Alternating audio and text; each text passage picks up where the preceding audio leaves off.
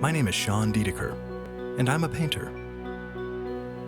I've always designed my paintings based on travel and chance. I love exploring the human condition as I look to find beauty in true, unscripted reality, and then documenting that experience with paint.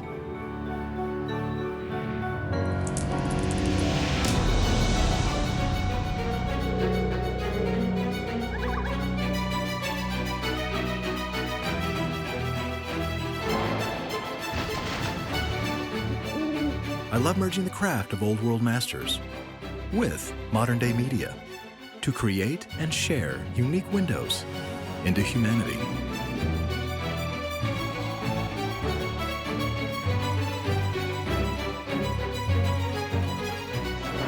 Join me as I canvas the world to explore the interplay between art and the human condition. Every episode of Plays, every episode of Painting.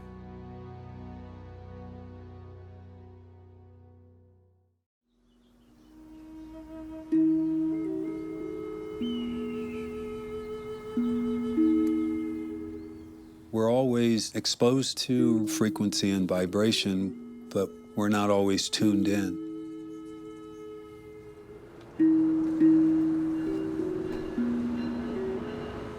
It's different than noise.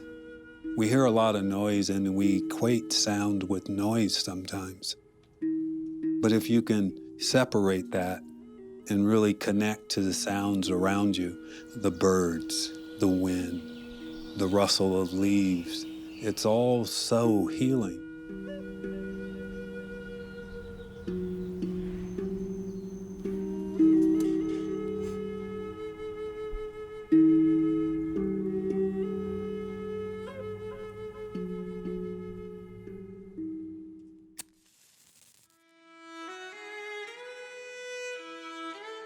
My family has a lot of history here in New Mexico.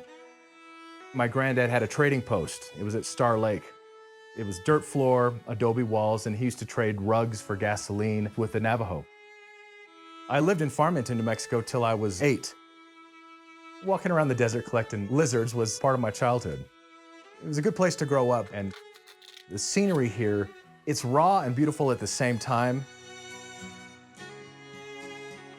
Now that I'm back in New Mexico, it does feel like I'm coming home in many ways.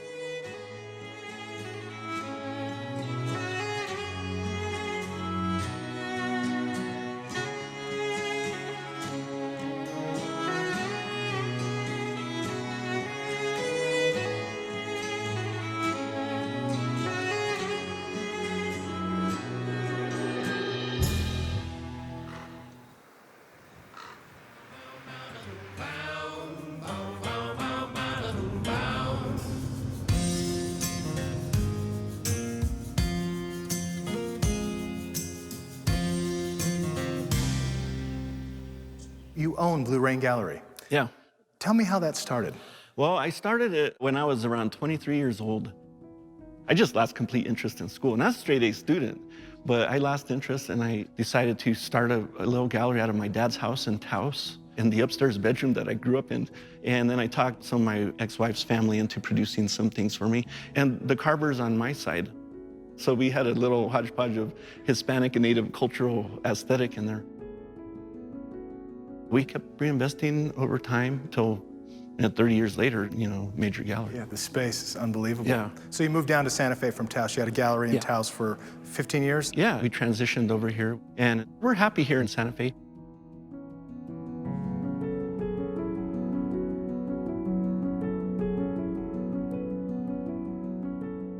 This is one of my favorite painters. I refer to him as the Dos Equis guy of the Southwest. He's the most interesting man in the Southwest. Leroy, what are you most proud of in your art career? As far as a gallerist, I've enjoyed working and developing other artists with new ideas. For example, we've always carried native Pueblo potters, but I've also always carried native glass artists, coming up with an idea to merge them together in a collaborative setting. Some of these potters might have a monochromatic palette, but you take them to the Northwest coast and you show them the glass shop and how many colors they can use, and their eyes open up because it's a rainbow. It's just wonderful to introduce a new medium into this Southwest context that never existed before.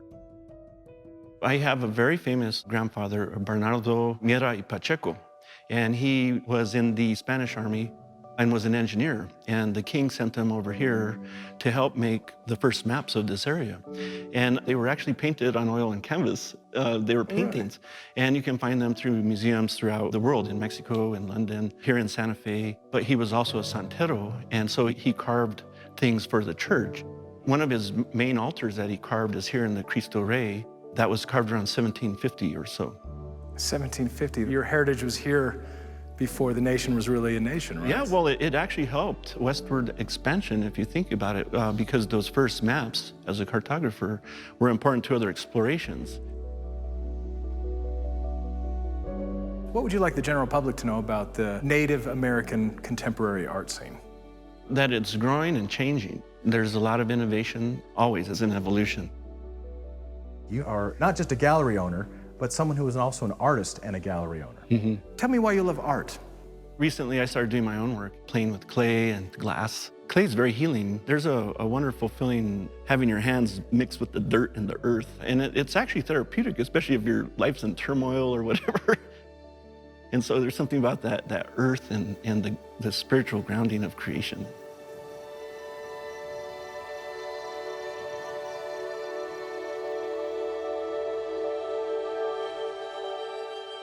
I think that Leroy's artists love him so much because he sees from their perspective too. He's a maker, he's not just the numbers guy. So I think that makes for a very good collaborative partnership between gallery owner and artist. I always like connecting with other painters and other artists just because I like to feed off their creative energy. The painting world's like a community because you're all in the trenches together. I wanted to talk to David because not only do I completely respect this guy, I feel like with his Survivor series that he's making a very important social statement.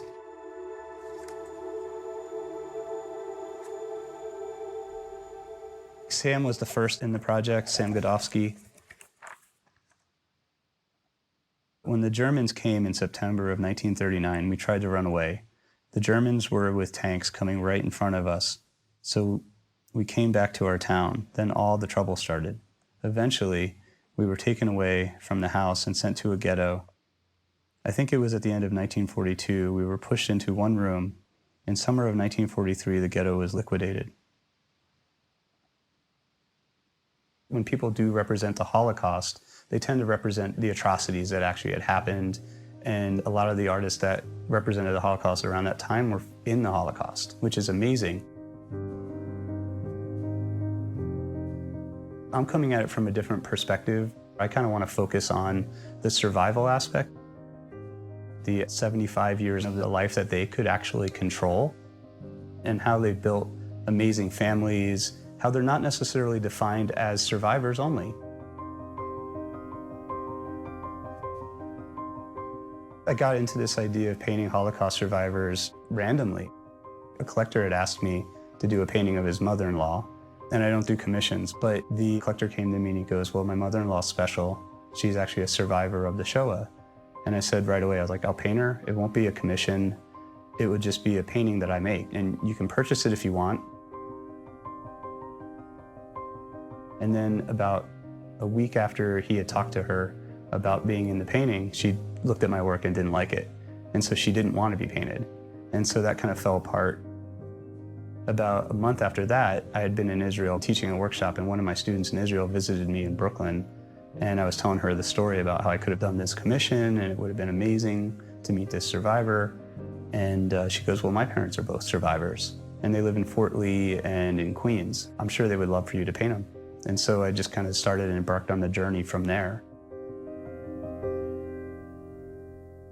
I don't think that there's anything unique actually about how I see. I think that maybe it's just that I want to see longer. I really do think of my work as social documentary. I think of myself as a social realist. The painters that I fell in love with when I was in college were the Ashcan School, like Robert Henry, John Sloan, William Glackens. They were all newspaper illustrators. And so they would go around New York City and illustrate and capture different things that were going on to be put into the newspapers at that time. I really kind of see myself as following in their footsteps, as documenting stories within paintings, like with survivors. Well, I had the idea at first to do a big painting that was about 5 figures. They'd all be life-size. And then I talked to the Museum of Tolerance, Alana Samuels, who works there. And she was like, well, I have 12 survivors. Do you want to paint 12 survivors? And I'm like, let's try to do something big then, let's go. I had to get better camera equipment. I hired a lighting guy, got my videographer and I to fly out there to film. It took about 3 years. I started going full force into it in May of 2017, a couple months after I had all the footage and had designed the painting. 8x4 foot panels are what I can get to make the panels for the painting. So how can I put 5 panels together? And it came out to just about 18 feet.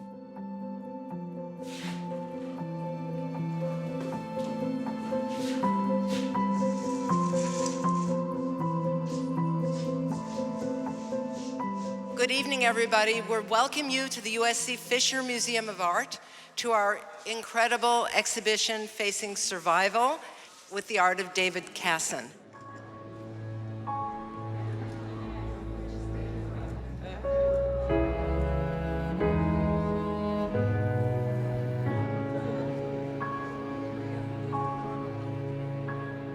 The best reaction was from John Adler. First, he was a survivor, he escaped, and then he was able to join the British military and fight Nazis. He walked up to the painting, saw it, he actually started crying.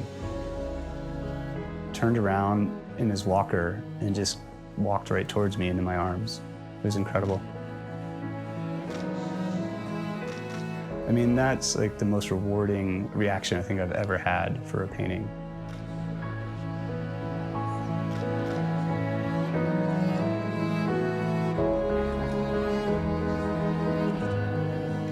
We had a big exhibition, but I don't think that that's the end. I think it's only the beginning. It's exciting.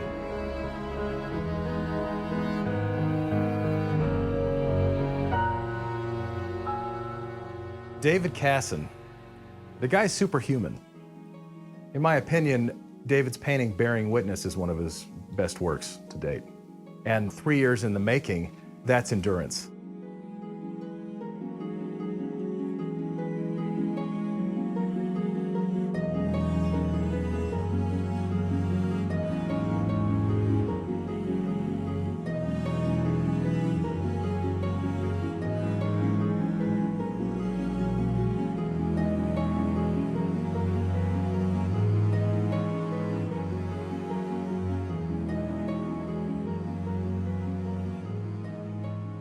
Something I think people misunderstand about this region is that the Native American culture here is really strong, but it is very multicultural. And I think the art community is beyond just Southwest art as well, which is exciting to be a part of. I found myself capable of selling work through Facebook and Instagram based off of how I was sharing my work and being consistent with how I shared it. I want to be inspiring to women to become artists and be able to say what they want with their work. I think that you can be a full-time painter and have young kids. It's all about balance and it's all about routine. We can still create what we need to create and be very active and engaging parents with our children. I can tell you actually when I saw my first painting. I was still in school for my master's. And it was a painting I had done for my thesis. It was a painting called Fairy Godmother. And it was me dressed up with my daughter's wings and her tutu in front of my easel. I entered a show in Colorado. I won second place in the show, which was shocking. It was in 2014. And I got the painting back, and this couple contacted me and said they really wanted to buy the painting. And I couldn't believe they wanted the painting of me. They sent me several pictures. It's hanging in their kitchen. And they connected with it because they have twins, young twins, and they're both artists and musicians, and they just connected with this idea of coexisting with who we are as we parent at the same time. That painting was like, oh wow, I can paint what I want, and people connect with it. I used to do a lot of paintings of my children and myself, but a difficult situation makes it to where I can't paint them for a little bit of time. So I decided to go into another series that kind of, at first, it started off with combining my history of fashion design and art. That evolved eventually into this idea of the lace symbolizing strength. Even though we show our skin and you can see through the lace, it doesn't make us weak, it doesn't make us delicate. Each individual thread can be delicate, but sewn together makes something strong. My state of mind while I paint is very zen. I find it very therapeutic to work. Even though I may not get into everything or I may not feel successful some days, I always get back up and keep going, no matter what.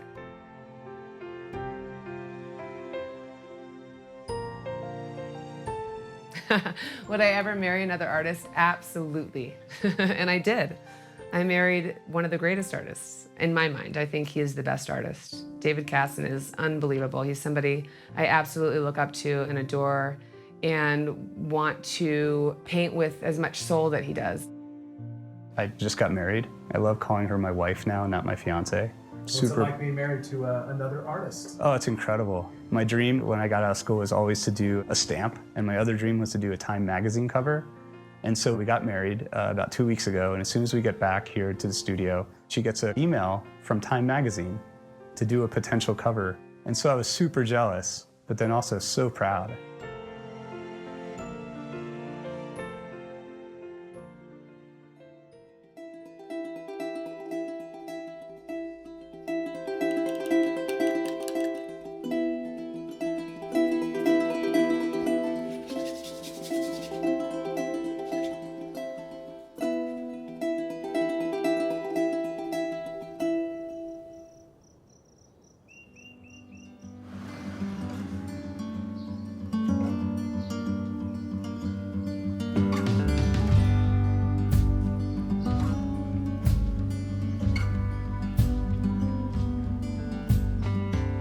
Many artists are called to Santa Fe, and New Mexico is often been called the land of enchantment, but a lot of the locals here call it the land of entrapment because it either sucks you in and completely consumes you and you stay and you love it, or it totally spits you out. It's one or the other, there's rarely an in-between. I love New Mexico. I love everything about New Mexico. I've lived other places, I end up coming back here, just the mountains and the stars, and we have a lot of space. But also I feel like it's one of the only places I can make a living actually as an artist. It's really supportive of the arts. I've been in this spot right here for 18 years. I have work in the El Centro Gallery, and I have some work at the Mayo River Gallery on Canyon Road. I prefer selling here on the street. I don't have someone telling me what to do, just a lot of freedom. I like when you said freedom that the bells rang. That's a sign, isn't it? A lot of people are drawn here. It is definitely a beacon for artisans of all crafts, and there's something about somebody that's passionate about their own craft. I feel like I can absorb that on some level and bring that back with me to the studio.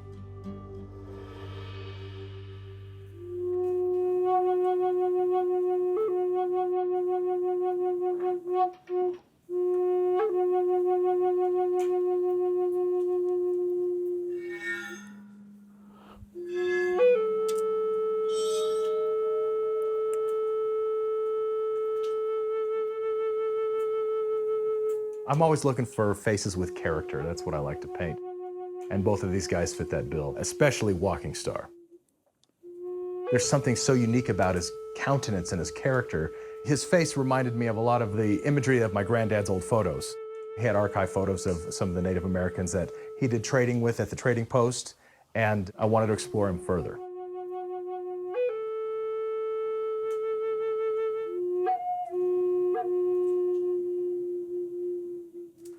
I think a lot of people are attracted to Santa Fe, New Mexico in general, for reasons that they might not even be aware of. They realize that the reason they come here is for their own personal healing, just because of the energy here and the deep roots here. There's a lot of indigenous history here in this land. I've heard over the years that there's obsidian crystal under the earth here in this area of Santa Fe, and that's a big healing energy. We offer healing through sound and frequency and vibration. So you could just drop into an inner part of yourself, whether that's for inner healing or inner peace or just relaxation or meditation. Sound is a great vehicle for just allowing the mind to rest and the body and the rest of the spirit to do what it knows how to do. And so we're making more people aware of that and offering it as medicine. You know, it's better than pills. If I'm being honest, I'm always skeptical of healers. But with these guys, something was different. Thunder and Walking Star invited me to a sound healing that they were doing that evening. So we get into this room, and there's a ton of people, and they're all laying down. And these guys are, the lights are low, the incense is going, I think it was sage, and they start to play their music. I heard sounds from these guys that I'd never heard before. So after about 10 minutes, I wanted to lay down. And as far as the healing part goes, total believer now. At the end of that session, I was so relaxed, I felt like I left my body a little bit. And when they came by with the didgeridoo and some of the other instruments and they play them close to your face, you really feel that vibration. And it's something happens. I don't know how to explain it. All I know is at the end of that session, I was healed. We consider what we do is actually not even a performance, really. To us, it feels like it's a ceremony, basically, because it's medicine.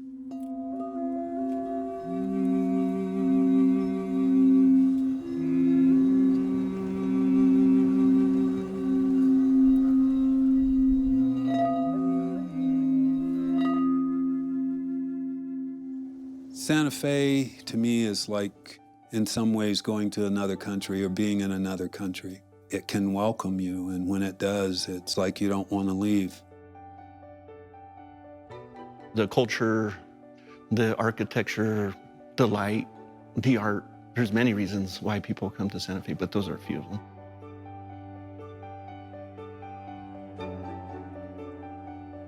There's so much to learn from being here. I love the community, I love the culture, and I love hearing how people feel being out here. It's absolutely incredible.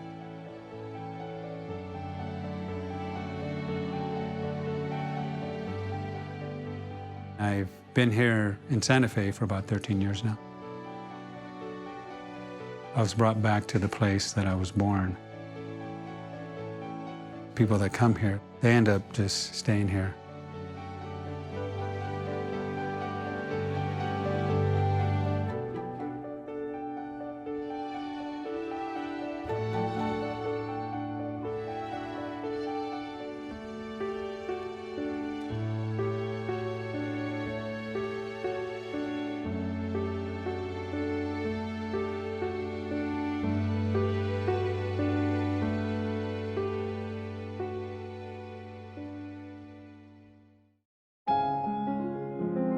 Canvassing the World Fine Art Reproductions, printed on pearl linen and museum-quality cotton rag, are now available.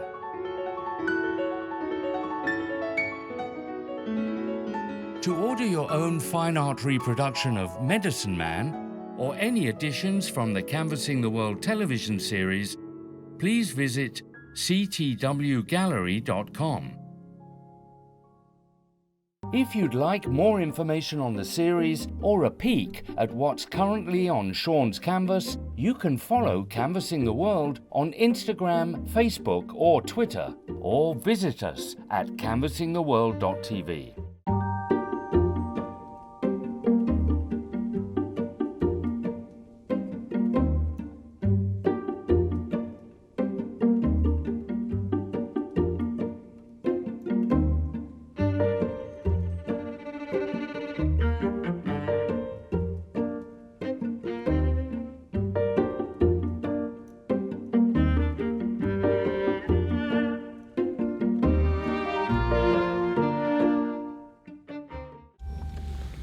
All right, let's hit it.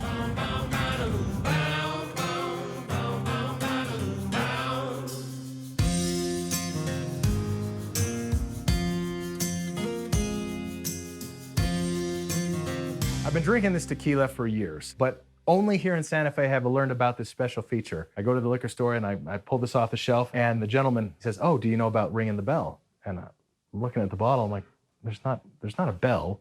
And what are you talking about? And so let me show you. You can ring the bell.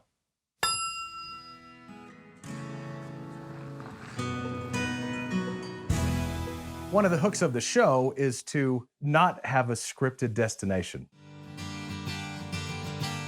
It's basically see where the wind blows you, and it's super liberating. And so when you can open up your mind by not having anything on your plate for the day, new things open, new doors open. And as a creative, I think it's critical to make yourself available to that. Once we get to an area, the idea is to meet people here and get referrals for stories and content. So I was walking up Canyon Road. I went to a gallery, Selby Fleetwood, who a friend of mine, Eddie, used to run the place, but he wasn't there anymore. But I told the lady that now ran it, I'm looking for a particular story. And she's like, you need to talk to someone named Una. Okay, so she doesn't have a number for her, but she writes down an address that's further up Canyon Road. So I go up to this address, and it's a gallery, and Una's there, and we have a brief exchange. And I told her what we're doing, and a few hours later, I get this text message from someone named Thunder.